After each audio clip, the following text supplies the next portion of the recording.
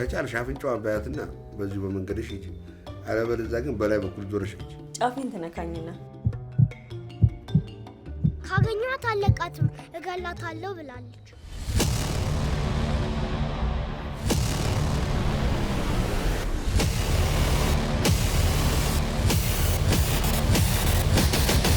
ለምን የማታውን ትግል አንቀጥለው?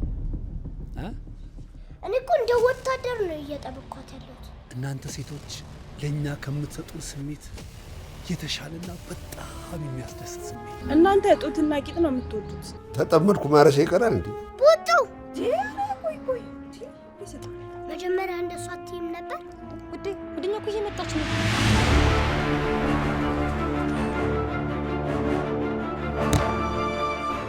እኔ የምልሽ አሁን በዚህ በምሽት እንደ ጎረምሳ አጥር ዘለሽ የመጣሽው ምን መቼም ናፍቄሽ አይደለም አይደል?